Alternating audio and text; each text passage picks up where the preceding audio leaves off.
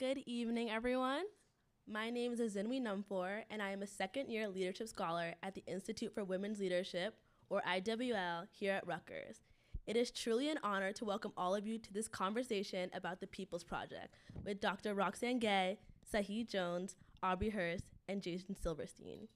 As a double major in political science and public policy, I spend a lot of my time studying systems, how they work, how they fail, and how they might be transformed. But lately, I find myself thinking less about the institutions and more about people. Because when I close my textbooks and look around at my friends, my peers, and my own experience, I see something that my classes don't always prepare me for: uncertainty, cynicism, a generation trying to figure out what to do when the systems we've studied feel like they're working against us rather than for us. What I've learned during my time as a leadership scholar at the IWL is that answer isn't always found in papers alone. The answer is found in community, in the relationships we build, the spaces we create for each other, the ways we show up, even when it's hard. The IWL has given me a community of people who challenge me, support me, and remind me that I don't have to figure this out alone. And that's exactly what the People's Project offers to us all. This anthology, co-edited by Saeed Jones and Maggie Smith, brings together 27 writers who refuse to look away from the difficulty of this moment, but who also refuse to surrender to despair. The book emerged from conversations between Jones and Smith in the wake of the 2024 election, and speaks directly to the questions so many of us are asking. How do we support our communities when they're under attack? How do we organize without burning out? And how do we create spaces for joy during radically difficult times? And tonight, we are so fortunate to be in this conversation with some of these brilliant minds: Saeed Jones, Jason Silverstein, and Aubrey Hirsch. Saeed Jones is the author of the memoir, How We Fight for Our Lives, winner of the 2019 Kirkus Prize for Nonfiction, and the poetry collection, Prelude to Bruise, winner for the 2015 PEN Joyce Osterweil Award for Poetry. His poetry and essays have appeared in The New Yorker, New York Times, Oxford American, and GQ, among other publications. His recent book, Alive at the End of the World, won the 2023 Anisfield-Wolf Book Award for Poetry. Jones is a 2024-2025 artist in residence in the Media, Health, and Medicine program at Harvard Medical School. His next book, Home Out There, a memoir, is forthcoming at the Washington Square Press.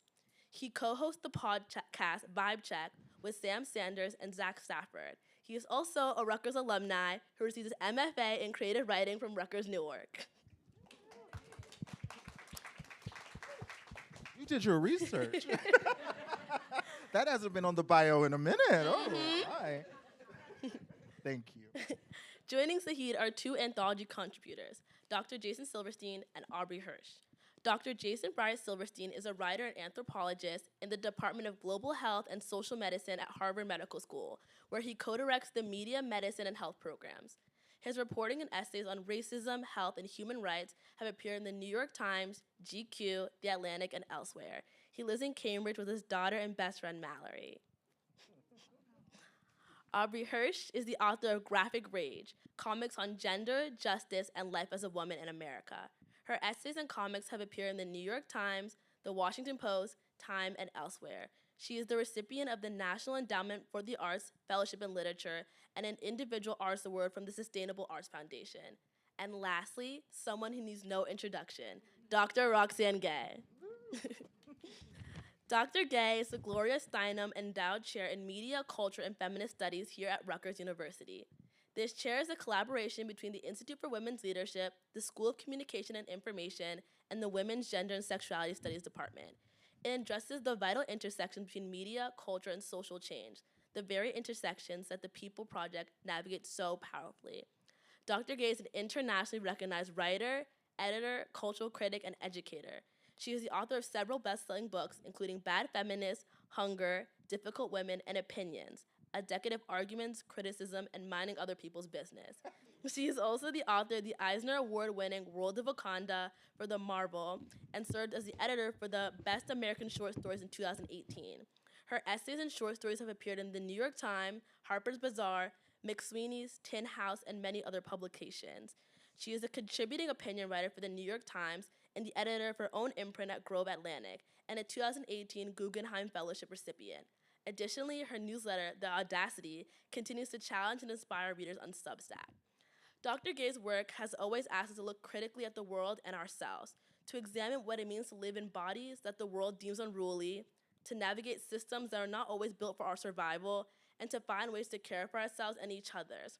Her voice is one of compassion, analysis, and unwavering commitment to truth-telling. Tonight is about recognizing ourselves as a part of this project, the work of building communities that sustain us, creating spaces that we can be honest about our hopes and fears, and showing up for each other when it feels like the world is asking us to retreat. So please welcome me in joining Dr. Roxane Gay, Saeed Jones, Aubrey Hirsch, and Dr. Jason Silverstein for a transformative conversation about the People's Project. Wow. I'm going to just have you come to every event. Yes. That's one of the best introductions I've ever received. Literally one of the best introductions. Right? Thank you hear very them all the much. time. That was Yes. incredible. Wow, truly hands off. Thank you. So it's a real pleasure to be here tonight with all of you talking about a really important project, the People's Project, because I suspect that if you're in this room right now, you are deeply concerned about the state of the world and the state of the United States in particular, because things are grim. Now, it's very easy to feel like things have never been worse, but talk to someone over the age of 60. Things have been worse, but that shouldn't be our bar, that things have been worse. We should raise the bar. And one of the things I feel like this anthology does is try to raise that bar and give us a bit of a compass for how we might navigate really complicated and really painful times, especially when we are not all affected equally by the current political climate. And so I thought I would start with Saeed. Could you tell us a little bit more about what prompted you and Maggie Smith, who's an incredible writer and thinker in her own right, to assemble this anthology? And what do you want readers to take from it? Yeah, it's so good to be here with you and to get to come back. I had a wonderful time at Rutgers Newark as a student. I always think so warmly, and so this is like a little homecoming for me. And getting to come with my booze and buddies. I love you too. Yeah, I mean, so I was living in Columbus, Ohio for the last 5 years, and then this really brilliant scholar at Harvard created this opportunity for me to be the artist in residence in his program. And, so I moved to Cambridge and just, all right, figure it out. Maybe it's just for a year. I don't know if I'll stay. And as is often the case when you go through a big move, you start texting your girlfriends back home. Checking on them. I'm like, girl, they got wild turkeys here. This is crazy. I love my, all of the things. But as we got closer to the election, as I'm sure was the case in all of your group chats and texts and, all of that, you started sending like longer and longer messages, and then you started sending people voice memos. You're like, did I just send Maggie an 8-minute long voice memo? Because, it was just, we were processing all of this together, the potential, right, as well as the stakes. And so Maggie was just one of those people for me, and I think I'm really lucky to be friends with a lot of wonderful artists that I was also talking to too. But like Aubrey and Jason, Maggie is also a parent of 2 kids, a single parent of 2 kids. I was raised by a single mom. Wrote a whole book about the fight it took for her to raise me amidst, like you said, this ongoing project, that is weaponized against us called a country. And but I just couldn't fathom what it would be like to be raising children now, and so these texts became really earnest exchanges across the bridge of our distance, how I felt as a Black gay man, how she felt as a white mother whose father voted for this man. She's like, Thanksgiving's coming up. I can't sit across the table from a man who willingly made this decision, against me, my sisters, and my daughter. And so, like so many of you, we were scared and just kept writing back and forth. And then one day she said, I'm making my own project 2025. And the first item was no more self-abandonment. And every single time I say it, the room does what I did. Ooh, you get that church hum, And so we were writing back and forth, and now we were getting creative with it. And long story short, we both were just posting to our Instagram stories as we're wont to do. And we happened to have the same editor at Atria Washington Square Press, and she was like, "This is a book." And so it happened very fast. I think that like the editor agent conversations was like early December, and then we reached out to people. The first week in January. And we reached out to people we knew because we were like, who can we? I was like, Roxane's too busy. We're gonna leave Roxane alone.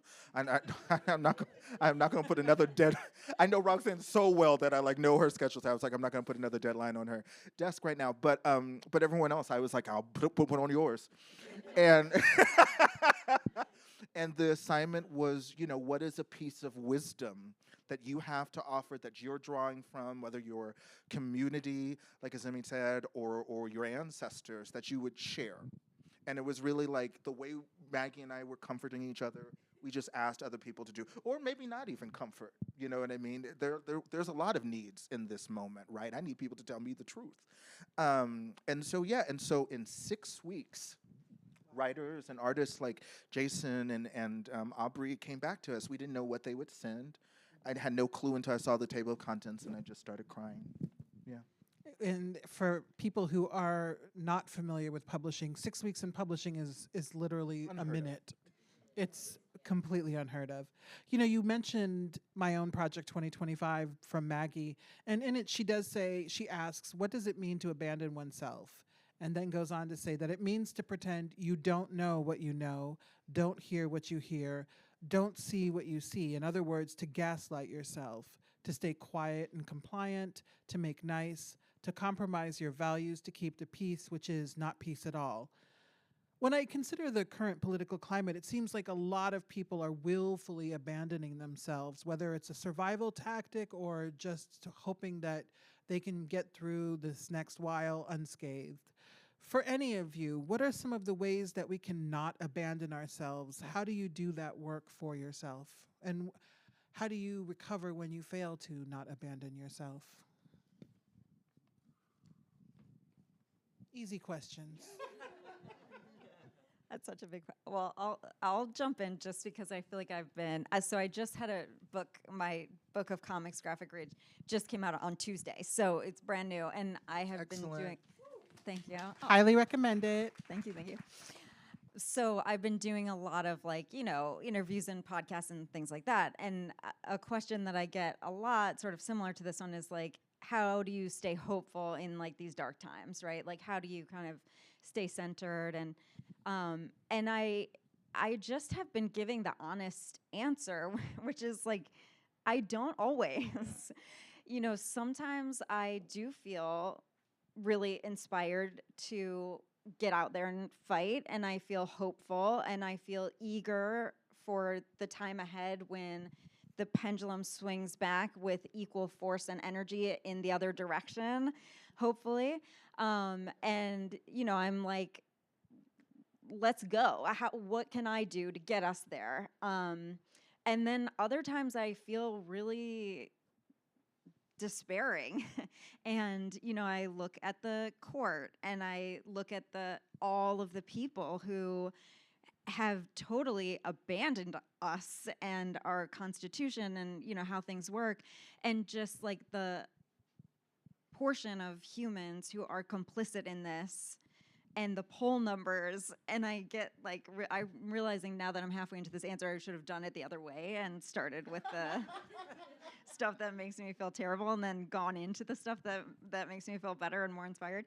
But, I think the thing I try to remember is that like, anytime I'm feeling bad, I just try to remind myself that like, it can always get worse. And I know that sounds not like a hopeful feeling, but for me, it's helpful to keep that in mind because I'm determined to not be a part of letting it get worse, and not being like complicit in myself by giving up, not saying, well, it's not my job to fix it, just like not letting a day go by where I don't at least think like, what is my small part in this and how can I do it today and just be of service of getting us to the next moment. Yeah, I was thinking about that wonderful introduction and like like you were saying, Aubrey, about the sometimes not feeling totally hopeful. And in that introduction, there was also that spirit of community. In this book, there's this great, like, one of my new favorite opening sentences from Eula Biss of everybody who needs a friend who studies fascism. Break glass in case of emergency. Yeah, and Over like, here. I mean, you know, I think part of it is, I wonder how many people that resonates with here, who's like maybe even here with that friend who, whether they study fascism or whether they're your friend who like knows what's going on with US aid, or they're your friend who knows what's going on with the CDC or the Department of Education. But it's also sort of revealed to me my own real limits of the things that I actually know in the world. Like, I need other people. And there's this great quote from Gustavo Gutierrez, who's a liberation theology thinker some of you may be familiar with. He talks about like pessimism from reality, but optimism from action. Mm-hmm. And I think that action sometimes could be a big action, and sometimes can be like just being with other people and sending those voice memos and being in community. I think, again, that intro was fabulous on that. It was communities as systems. Oh gosh. Well, I mean, practically I consume less news media. I just have to, and this comes from, I was in a newsroom for 6 years and often working on breaking news and live TV, so it was like mainlining news, and it's really hard to get out of that system. I also think even if people weren't working in news, I think that was a clear trauma response a lot of us had to the first Trump administration, right? You were reading every headline, every analysis. My literary agent at the time, Charlotte, would be like, I got to go outside. Rachel Maddow's about to come on. I'm like, we're in a meeting, Rachel. Like, it was just like, every news podcast, you were just locked in, because I think at the time I realized that a lot of us thought that we were like one piece of news away from understanding what was going on, that it was going to give us some sense of control back. And that never came, right? We would just wore ourselves out. So I intentionally, I got rid of my Alexa. And there's probably other reasons why I need to get rid of my Alexa, but it's because all day long, anytime there was quiet, I would just say, like, Alexa, what's the news? And I would just be wondering why I'm crazy, at the end of the day, after I've been doing that to myself. I try to read the news now to study the systems. I can't bear actually the details anymore. Look at this video of them attacking, this black family's home in Chicago. I'm not. I need to know why it happened and what it's connected to. What's the part of the strategy? What are this court case? Oh, okay. Why would they go after that court argument? That legal decision. That's all I need. And then it's like, run into the room, get the information you need, and get the hell out of there, because it's a poisoned room. And so, yeah, in addition to sitting with the failure, and then I guess the other thing is, we're all teachers in different ways, and school started back in September, and it's so funny. I was like, the back to school nerves and everything, and after the first day of class, I was like, oh my God, I forgot how important it is for me to sit with students. Yeah. So I would just, moments like this, hearing that beautiful introduction, and it's like, she gets it.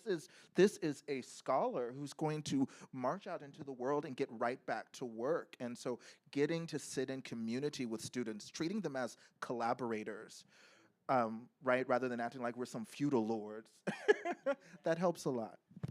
It does.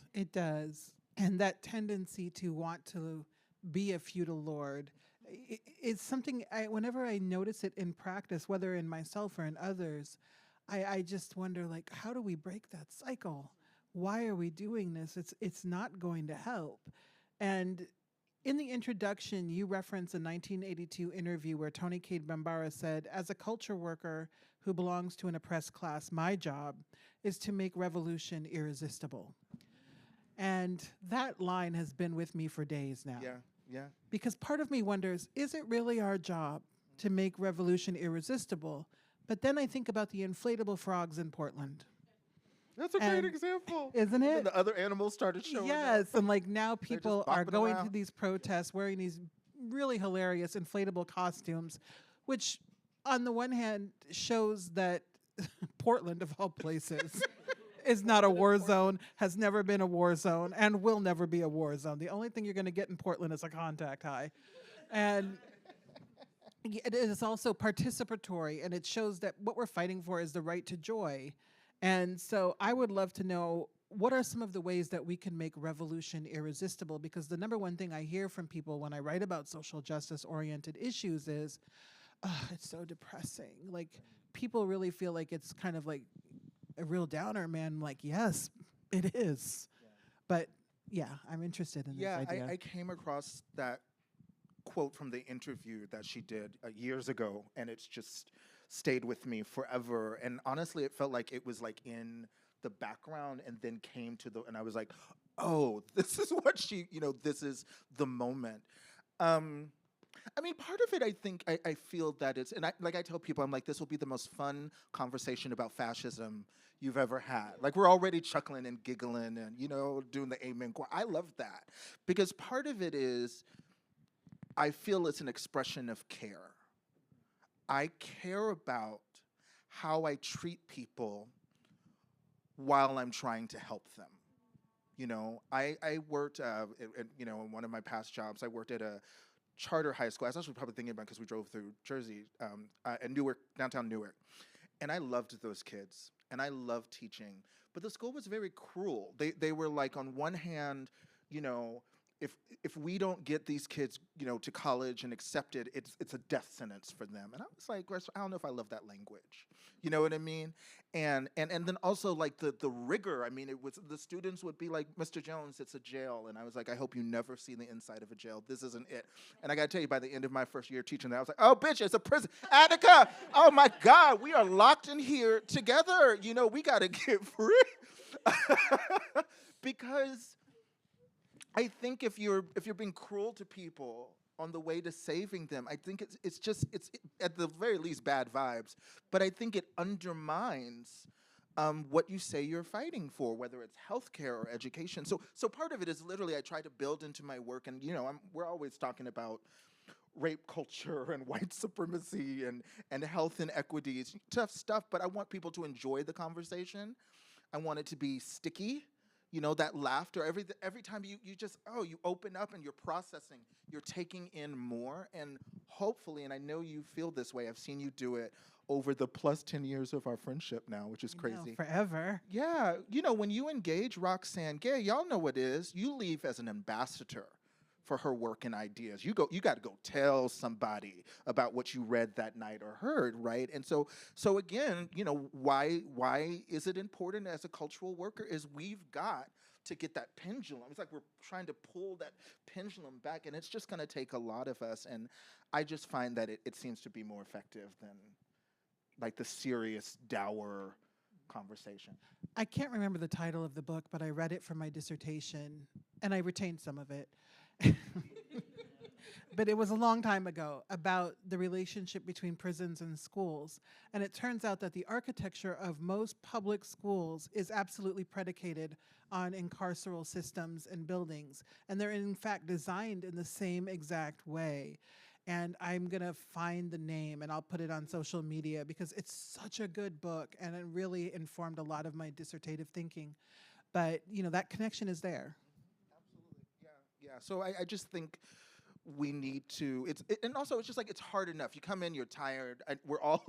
Y'all could have been doing anything, with your evening, it was raining and it was gross. And so I think it also from us is, part of we show our appreciation is via the work we put into the book. But I also feel that it's an expression of gratitude for you because, resting tonight could have been a very justifiable use of your time, And shout out for showing up in the cold ass rain. I mean, it was great. Like, if ever there was a day where you'd be like, yeah, I need a literal rain check. Like, we're getting coastal flood war. Like, it was very justifiable.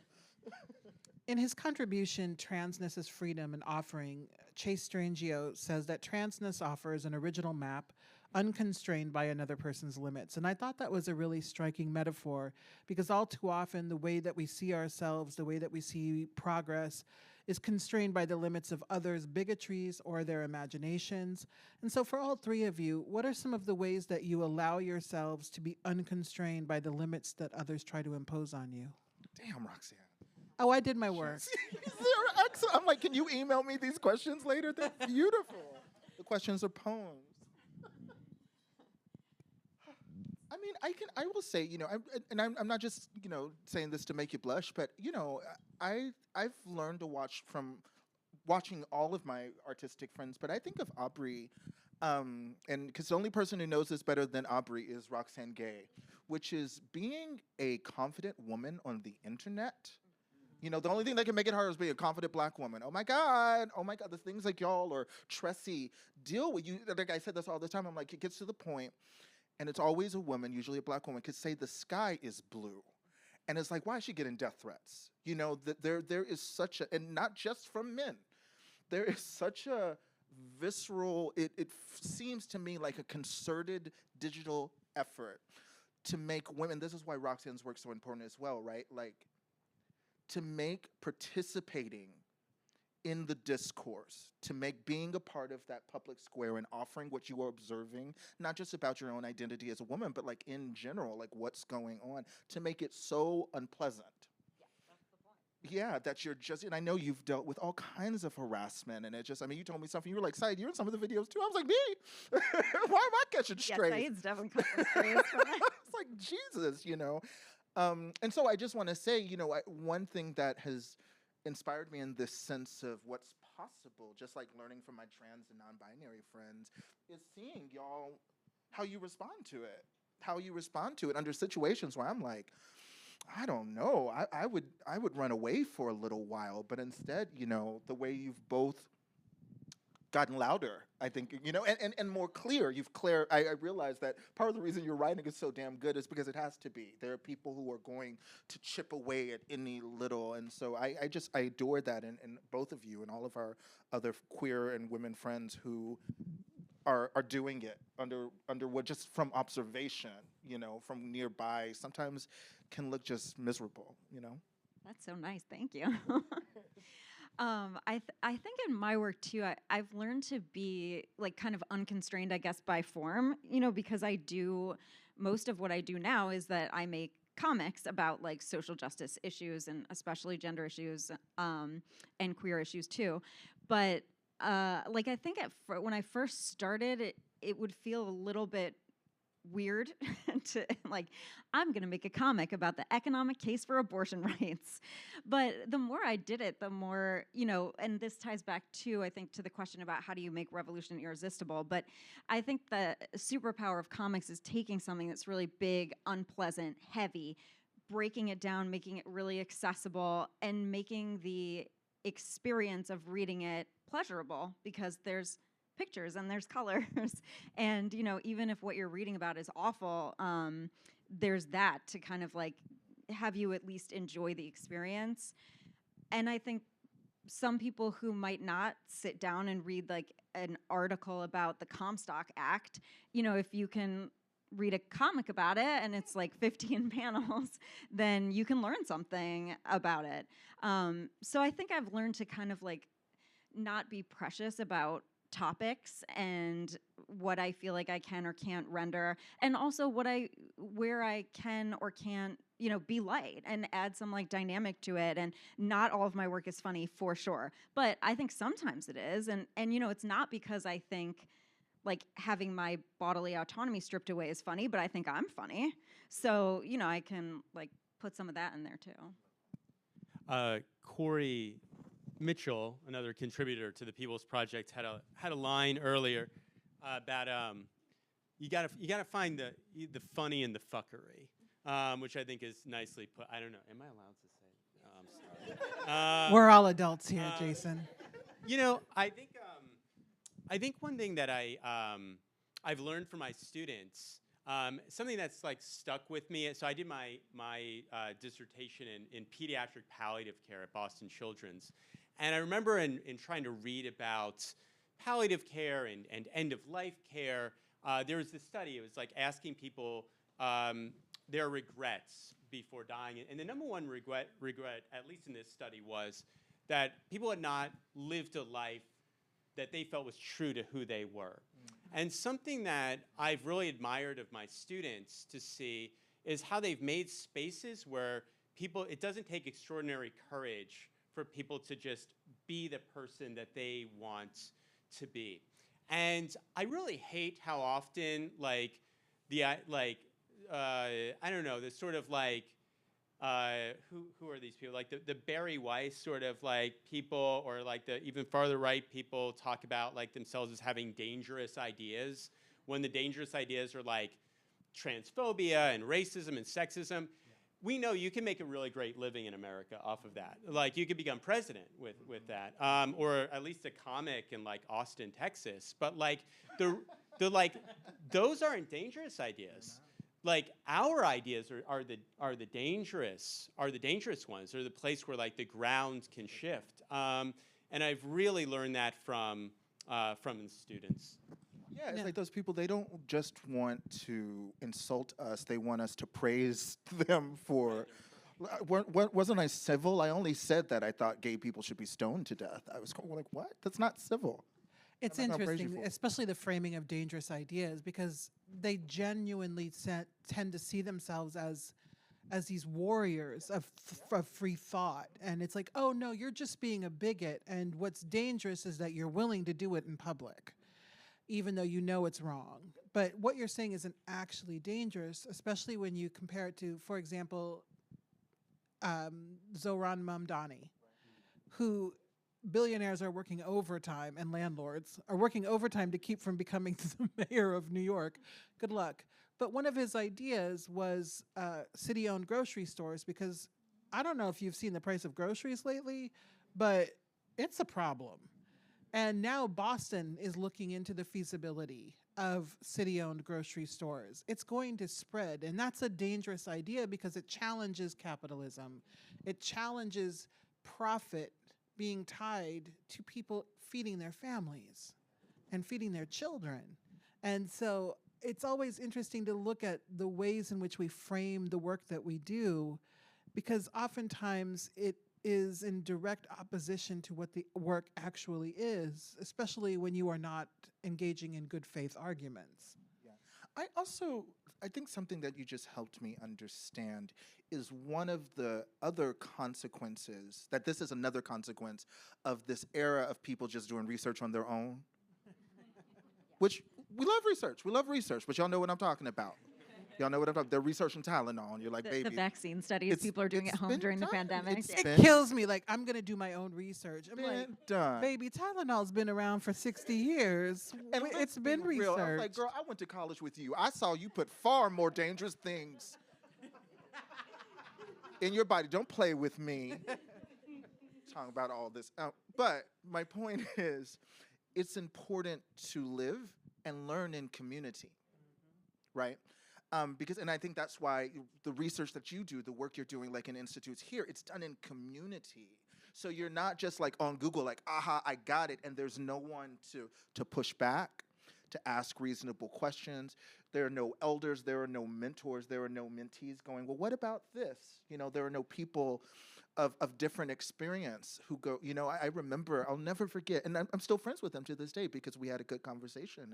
And but being in a class, an undergrad student, I went to Western Kentucky University, and we were talking about food deserts, which is why we need this idea from Mamdani. And a student said, he was a white student, white Southern student, said he thought it was lazy. People, all you have to do is go get some vegetables and fruits and everything, and you could eat so much better. Why are people in these neighborhoods eating awful? And I was like, do you know how hard it is for them to access, you know?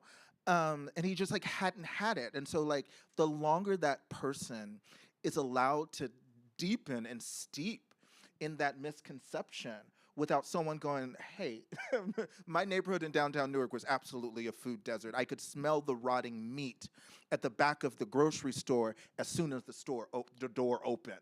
So let me tell you, it is much, all the flies flying over the produce section. No, it's not just about people being lazy and they're not eating healthy, you know? And he just hadn't considered it, you know? And I'm grateful that he felt, you know, comfortable for us to have this exchange. But now, so much of that is happening behind screens. And we see the consequences. That's such an important point too. And also, as you were giving that answer about, like needing people to challenge you, all I can think about is these articles I keep reading about people who are doing all their research with ChatGPT, and ChatGPT keeps being like, "That's a great idea. Let's follow up on that." And like how that food desert guy, they would have been like, "Yes, It's people driving are so lazy." people off cliffs, and they're like, "Thank you." And it's crazy. Speaking of ChatGPT, this is something I've been deeply concerned with because I teach creative writing.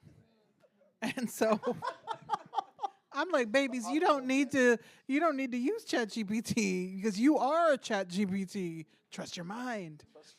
And it is really hard to get students to trust their own intelligence, their own brilliance. And I always tell them, like, you guys are so smart and you are so capable, because I firmly believe in teaching from a place of building up rather than tearing down.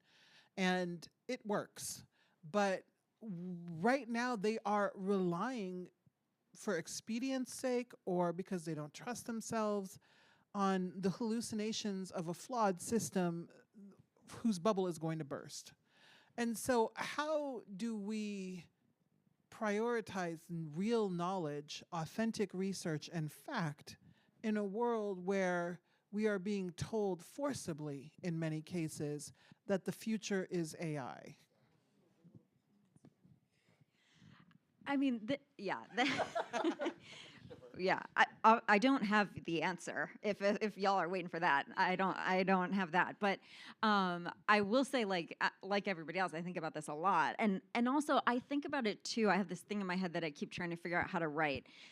That I feel like this is a gendered issue because of the way people use ChatGPT is also the way that people, I feel like in straight marriages, like use women, where it's like, I'm just going to use your brain instead of mine, and I'm going to ask you questions like, what should I, dress our daughter in today? What time do I need to leave to get her to volleyball? What do we have going on tonight? What's happening this weekend? Did you call my parents about that? And it's like, when I see people like doing this with ChatGPT, it just feels like such a familiar experience. And I'm not, talking about myself, but like all of my mom friends, and it's like what I've encouraged people to start doing is just don't answer with a sentence, answer with a question. What should I have her wear? What's the weather like outside? What time do I need to what time do I need to leave to get her to volleyball? What time is practice? How long will it take you to get there? And just like point out to them that like what they're doing is just like offloading all of the critical thinking. And I think the more that young people get into the habit of offloading all of the critical thinking to the computer, like the more we're going to be losing this fight in our homes of like getting people that we live with to like do that critical thinking on their own and not just like be constantly relying on us. So, I do teach a bit online. I teach like comics classes and things like that, but I'm not doing the kind of teaching that these three are doing. And so I don't think I've come upon AI writing that I've had to like critique or whatever. But I mean, I think I might honestly start there by like asking students, giving them the assignment, asking them to generate it with a computer, and then interrogate it together. Bring it in and ask that work questions. Like, how can we improve this? How can we argue against it? Where is it wrong? Where is it hallucinating? Like, where do you have follow-ups? Where is it not making sense? And I think the more you can kind of like just force people to do their own thinking, then the more you can like work that muscle, that it's not just instantaneously like, let me ask somebody else, right? Like, oh no, I'm gonna figure out the steps of sorting this out on my own. Realize it's not actually that hard, and I can do it, and it's empowering to do it. And I think the more people will do it, I hope. Yeah, I mean, your point about like treating wives like, yeah, I mean, and it's the images. It's actually really creepy when you think of, because like the roots of robot have origins in enslavement, and Ruha Benjamin's written about this, right? Like that some of like in the 1940s and 50s, the fantasy, like the technological fantasy was to have a robot slave in your house, and so now it's here. And the data centers are predominantly being built in black neighborhoods, poisoning people in Louisiana and Tennessee so that people can say, ChatGPT, what should I have for dinner tonight? So it's this crazy loop that we're living in. I mean, I think that, I certainly don't have the answer either. Building up, because my question, what I would say outside of classrooms is like, where is your shame? Like, you know what I mean? Like, if I go to dinner with a man and I see him disrespect the waiter, that man is never gonna sit across from me again. It's a wrap. And I think when people go, I found it on ChatGPT, you need to, I wouldn't dare. Like, like, but in the classroom, it's different. I mean, I think we need to find, and I think we need to find more ways to help students understand what we understand as artists. The work is the love.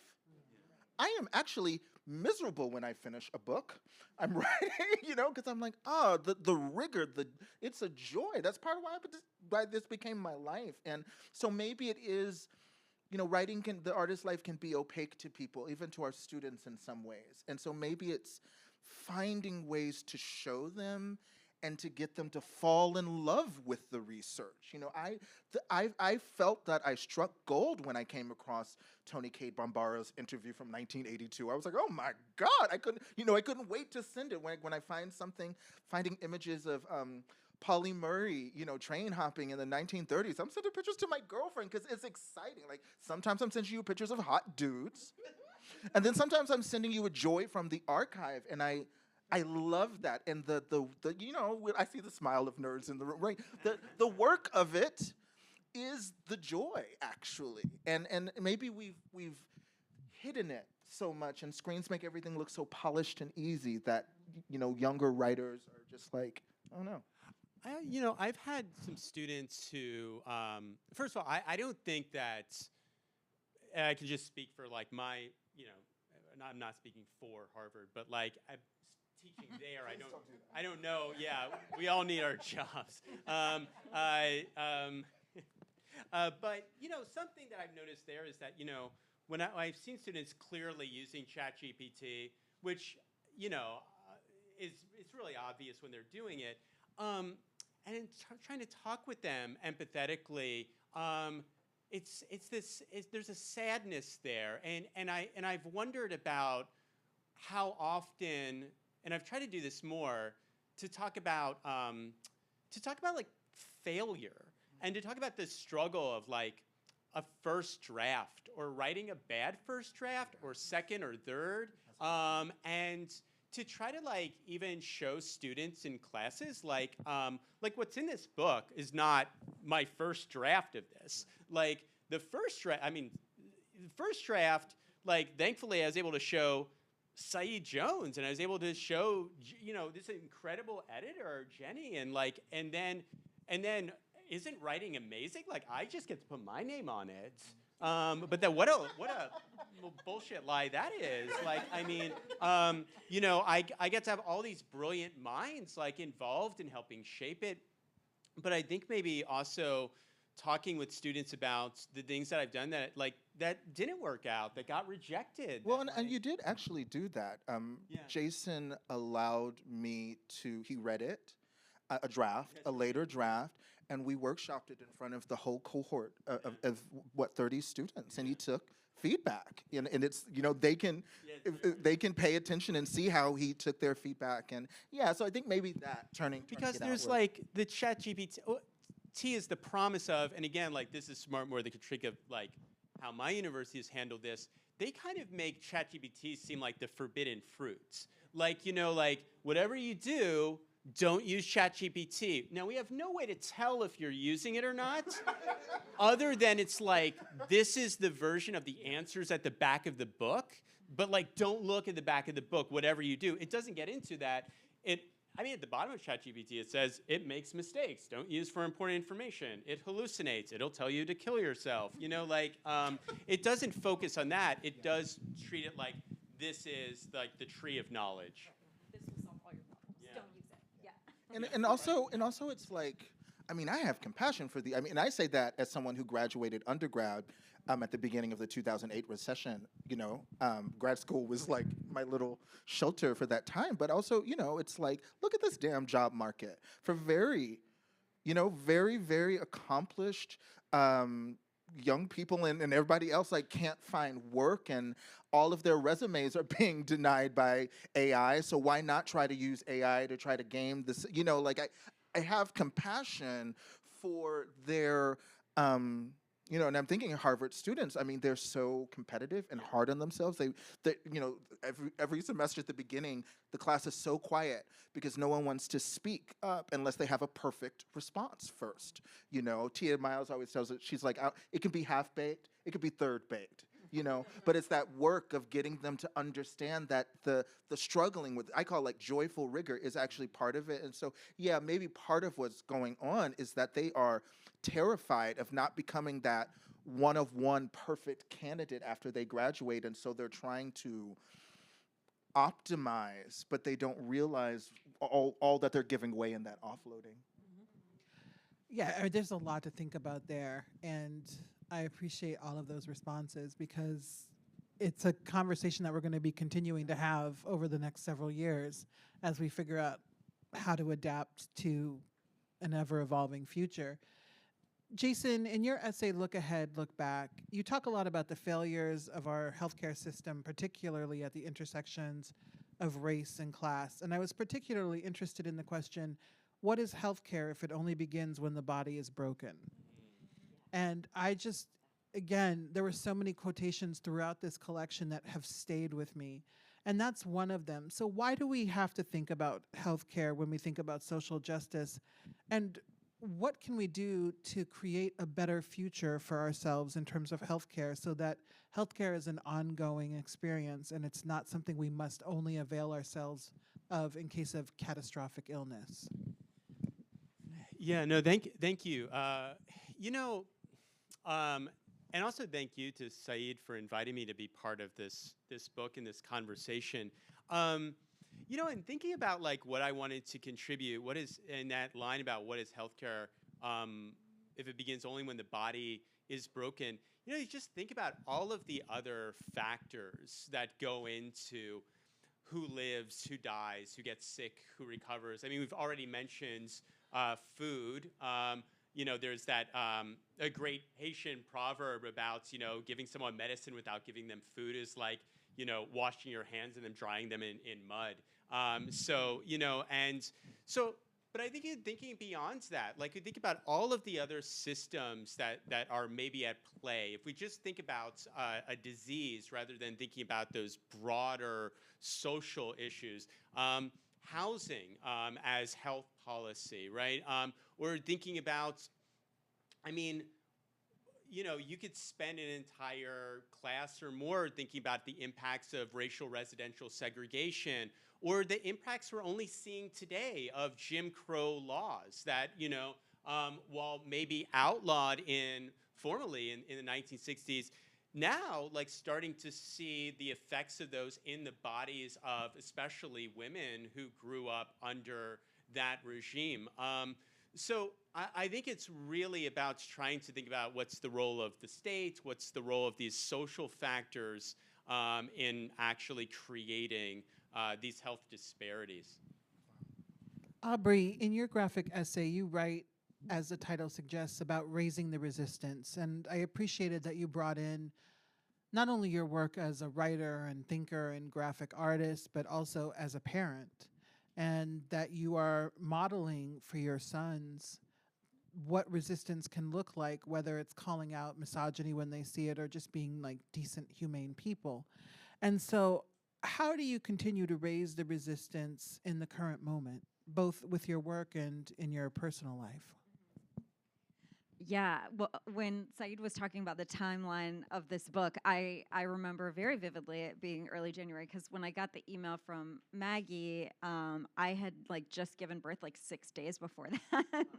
And I don't put a lot of my personal life on the internet, so I don't think many people knew that. I had no idea. Yeah. No idea. I like wrote her back and was like, definitely I can do that as I'm, you know, like a mess. But definitely did it. But when it was time to like think about like what am I going to write, is the only thing that you're thinking about. In the 2 weeks after you've given birth, this like your baby and like being a parent.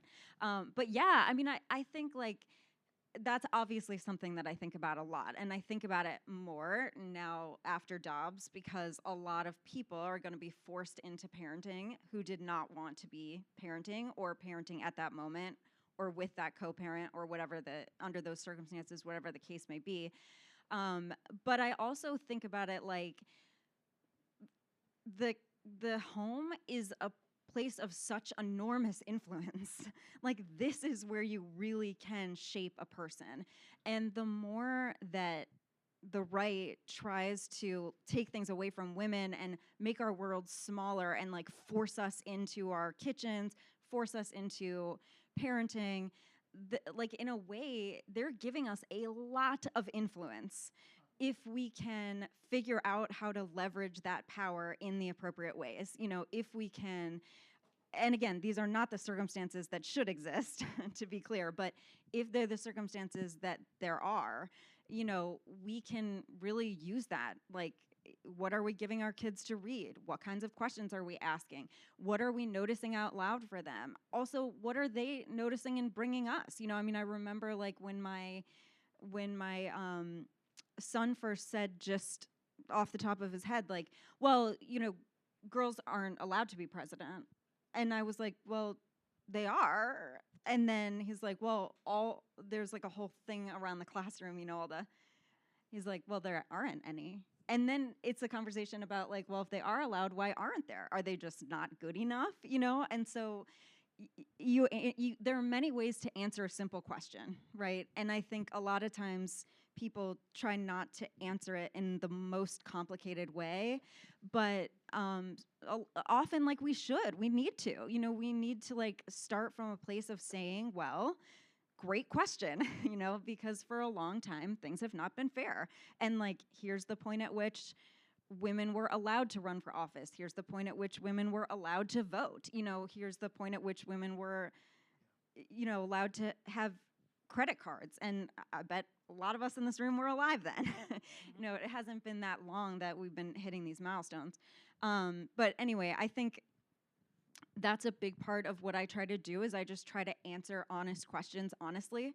And a lot of times those answers are not really sunshiny and great, but I think they're really important, to give kids, arm them with information. Kids have a really strong inherent sense of justice, which if you've ever been around one, you know that. They know when something's not fair, when someone's piece of birthday cake is bigger than theirs, or it's got more frosting, or whatever. They will tell you. Yes. And they, it's not hard to get them to understand complicated things by giving them a little bit of information. And it's also interesting to remind young people and quite frankly ourselves that history is not ye old times, that there are descendants of enslaved people who are alive and well. The other day I was reminded that Ruby, Oh my gosh, she's so yes, young. is still, Ruby Bridges is among us. Yes. I was in Memphis for work and doing an amazing event, and there's a lot going on in Memphis, and everyone should be dialed into what's happening right now down there. And I was just like, wait, they were like, so we can go talk to Ruby. And I was like, like a hologram? I just did a whole comic about this, and I'm probably going to get this wrong, but I'm pretty sure this one is right. But it's like the year that marital rape was outlawed across the country, not just in a few states, the same year that Beanie Babies came out. Oh like, no. It's bad. Oh, recent. that's so horrible. Yeah. Like I took my Fifth students grade. I was to in the fifth see, grade. Oh my yeah, fifth, definitely. It's like recent. I took my students to see Liberation on Broadway. It's in previews now, and it's opening on October 28th because I'm teaching cultural criticism. So they went, they watched the play. Now they have to review it. It's going to be fun. And in it, they talk about how until like 1979 or so, women could not have a bank account in their own name, and women could not have a credit card in their own name, and they could not believe it. When we were standing in front of the theater afterward, talking of like debriefing just a bit before I sent them on their way, they could not. They were agog, and I was like, "Yes, I was 5 years old." And then you walk them through all the things that it's like, oh yeah, people used to stay married forever. My grandparents, they know. It's like she was a prisoner. What would walk me through, how was your grandmother supposed to leave your shitty ass grandfather? It wasn't possible, and the late 70s, that's so crazy. It's wild. Before we open it up to audience questions, because this is a book about community, so we would love to hear from you. Eulibus reminds us in an education of something that I think we often lose sight of, that the resistance wasn't singular or centralized. There was never a unified left. It was always a collection of resistances, and they did not share the same mission or the same motives, but they did serve the same cause. Resistance was not a fixed position, but a decision that had to actively be made over and over again. And I feel like now more than ever, we really need to remember this, because so many people are sort of doing this sort of purity exams with each other in progressive movements. And like, if we're not 100% aligned, we can't agree. And this person did that. And it's like, I thought that was such a useful thing that has to be said over and over again. Like, no, we believe in the same cause. How we get there may be different. And so how can we better communicate to people that perfection isn't actually the goal when it comes to progress? I love this question and this thinking, and I love Eula. So we actually have a very specific, relatively recent example from history, ACT UP. AIDS. Sarah Schulman, in her wonderful book, Let the Record Show, which is an oral history of that activist group. I mean, yeah, there was, and she writes in detail about the meetings, and there was so much disagreement about different ways, and also there were so many problems. And then, fortunately, but unlike now, you were going to like a funeral every night, so you're trying to work out disagreements and plan with people who are dropping dead. And one of the things she reveals, for example, is gay men owe such a debt to abortion activists and lesbians who were able to, quite literally because they were able to remain healthier, they did so much work. But what she points out is that they just got used to being like, okay, well, this is what I'm gonna go do tonight. This is my strategy. Oh, you don't wanna do it? Okay, go do your thing. It was just like, if you couldn't get consensus, then fewer people went with you to participate in that effort, but no one was gonna stop you. No one was gonna say, don't come back. So yeah, I think studying that, and I'm sure there are other movements where it's like, we don't have time for this shit. I'm sorry, it's like, there are times when I've shared an article from the New York Times about something really important, and then people are yelling at me in my mentions about continuing to read the New York Times. We don't have time. We got to get this information out there because they're coming for us. And so, yeah, I think studying and understanding how to convey the focus that comes with the stakes, because they're disappearing us, All right. Well, thank you so much, guys. Thank you. And I'm sure we have questions in our audience. So please, if you have a question, let us know by throwing your hand up.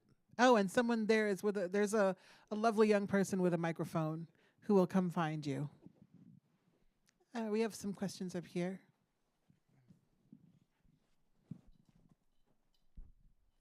I want to encourage all those students who are being quiet in the room to speak up. Hi, I'm Zania Moore, and I'm a faculty member. I teach agriculture and food systems, so thank you. And I am a scientist, and I always love coming into these spaces to hear the conversations that are going. My question for you is more forward-looking. I know that you've talked about the resistance, but what does a livable future look like for you? Because I find that we are not doing enough visioning of where we want to get to. And so whatever that strategy is, I want to know what you see if we were successful. What does that look like? That's a great question. I'm actually writing about this right now because I feel like we're not doing enough visioning on the left because we're so busy playing defense all the time. And Republicans have done a great job. They're kind of evil. Not kind, I'm sorry, they're very evil. I don't care. If you disagree, that's fine. It's a free country. But they had Project 2025. Yes. They vision boarded the shit out of what they wanted to do, and they're about 75% of the way through.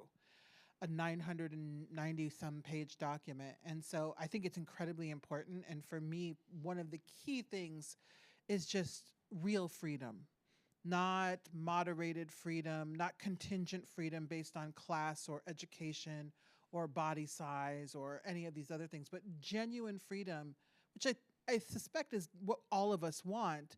But right now what we see is a lot of people feeling like they should dictate how other people should live. The Constitution held up for about 250 years, little less.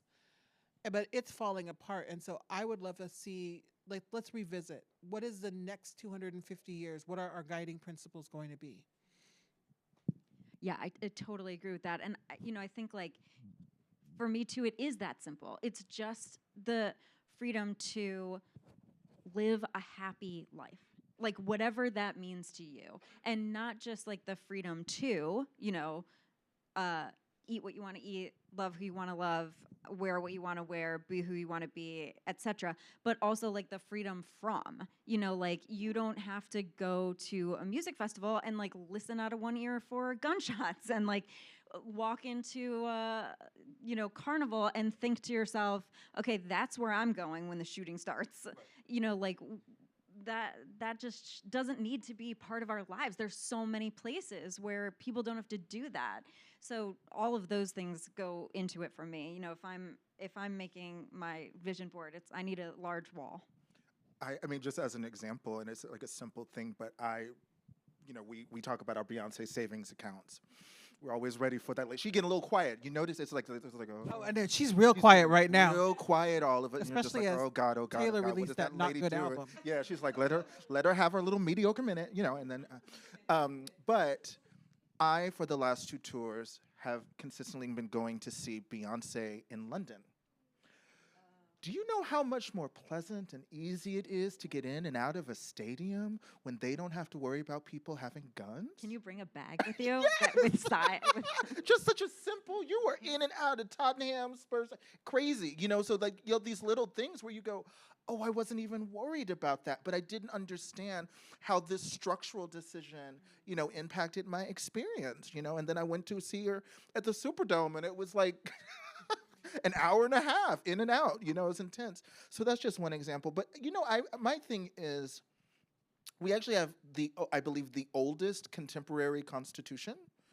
It's a really old, out-of-date document. All those people who were like, oh, the founding fathers were geniuses. Clearly, they forgot some things, you know what I mean? And so I love your question. I think that is the question for us to ask. What would freedom look like? What does freedom feel like? What will you demand of your future? Yes, and I personally feel that we need to reimagine the U.S. Constitution. There are so many rights that need to be enshrined, and there need to be some consequences added to that damn document for violating it, because people just going, that's illegal, by the way, clearly isn't an effective strategy. And I just think the way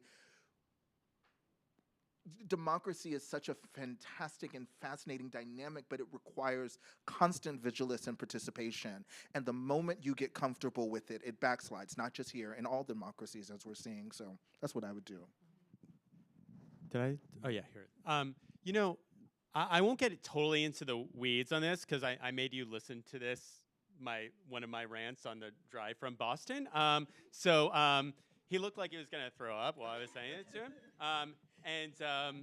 But the reimagining the United States, I guess, Trump has just destroyed and dismantled so many things that I am a little bit worried about, like, people maybe that the response to this might just be, okay, let's just build it like it was before. Right. But also, like, I don't know, like, was U.S. aid, like, the best, like, way to, I like that they have money to distribute, drugs to distribute, but they're also, like, only hire, like, U.S. contractors, and they're essentially, like, a colonizing sort of force.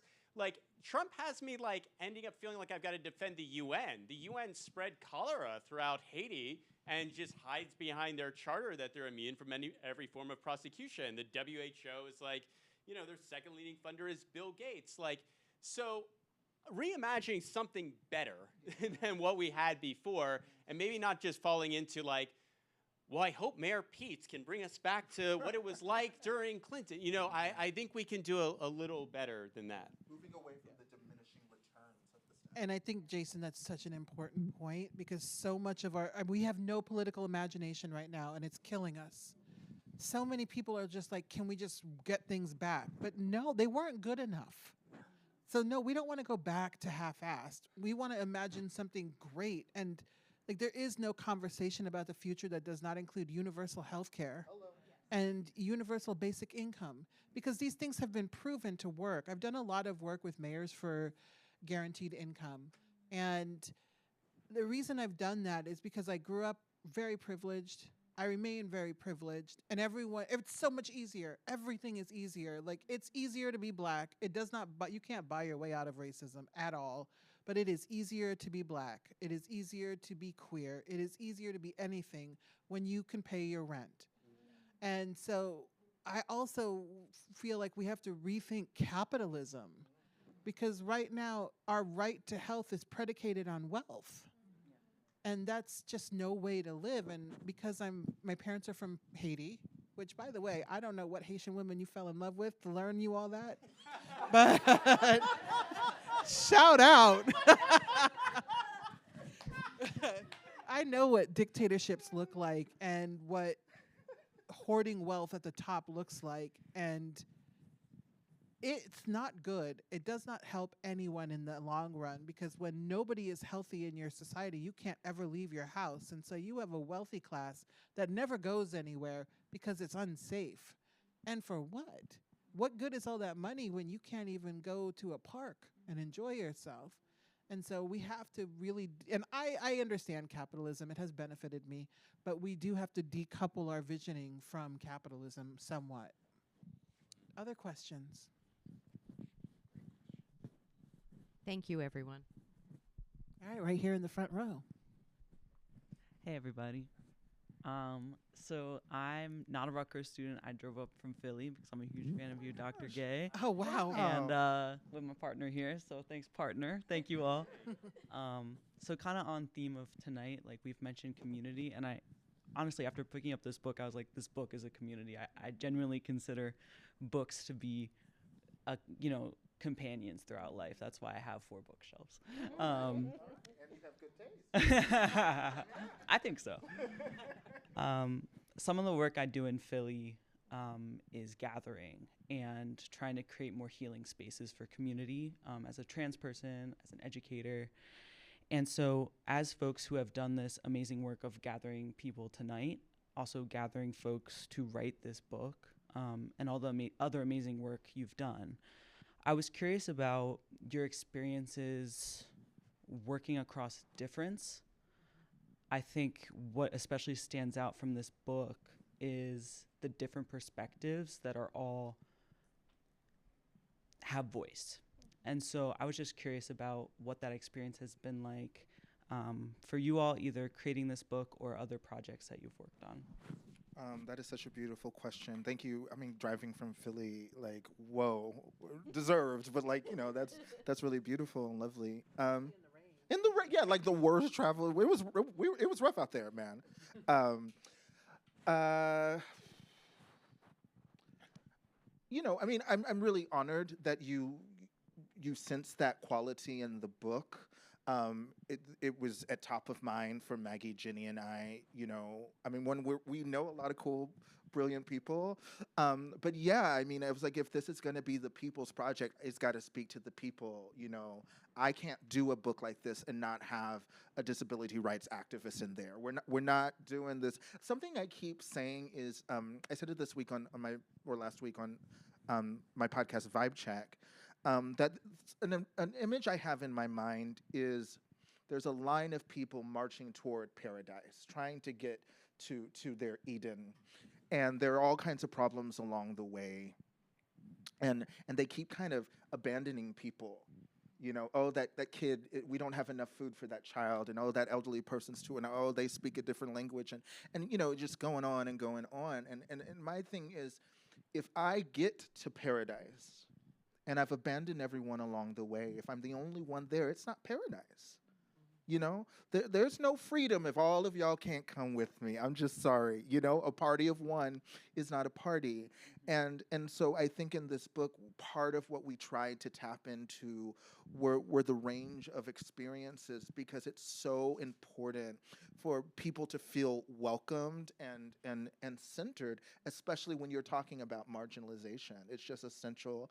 And that's just something I've learned from mentors and friends like Roxane Gay. I mean, another book out there is The Feminist Reader. And I don't know if, I can't remember, I might have texted you this, but when I got my copy, just looking at the table of contents, I burst into tears.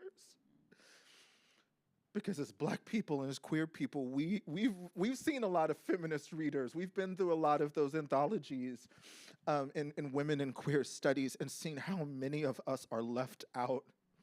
And how many of our ancestors and our siblings have not been honored in terms of their contribution to this struggle, which is so important to me. Feminism saved my life.